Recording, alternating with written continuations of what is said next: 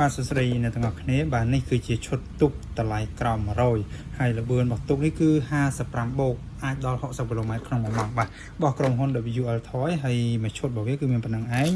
ហើយខ្សែសាស្លាបសកួរទូលវីសម្រាប់ដោះខ្ចៅដូរស្លាបអញ្ចឹងណា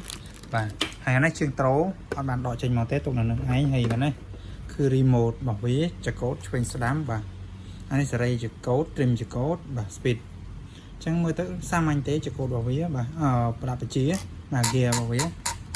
តែយើងមកមើលទូករបស់យើងវិញបាទទូកនេះគឺប្រវែងវែងមែនទែនបាទយើងវាស់ចាអាមបាទវាស់ពីខាងនេះមកចូលពីចាអាមជាងបើគិតដល់នេះណាបាទហើយកម្លាំងខ្លាំងទូកនេះអេដមីនតានីហ្មងហើយ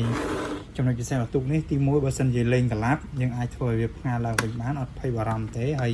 ប្រព័ន្ធការពារទឹករបស់វាគឺ2ជាន់អញ្ចឹងការពារជំរាបទឹកបានល្អ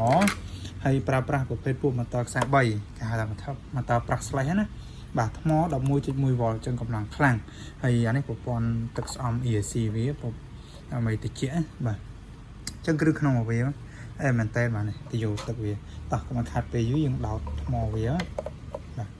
ញ្ចឹងដោតបូកដកមកបាទនេះអញ្ចឹងអានេះវាអត់មាន sensor អីញ៉ៃដូចទូកផ្សេងទេហើយយើងដោតហើយយើងបើកតេឡេមកបាទនេះកណិចជប់គ្នាហើយយើងមុនដំបូងយើងធ្វើតេស្តចកូតបាទនេះមែនតើ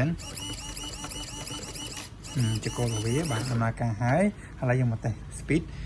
ជាធម្មតាយើងកុំលេងកញ្ឆក់យើងលេងរឿង smooth តិចទៅបាទនេះ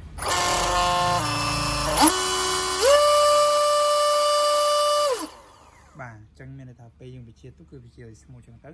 បើសិនជាវាល្បឿនសំល្មមដែលយើងអាចរត់មកកឹបហើយយើងដាក់ទៅបាទ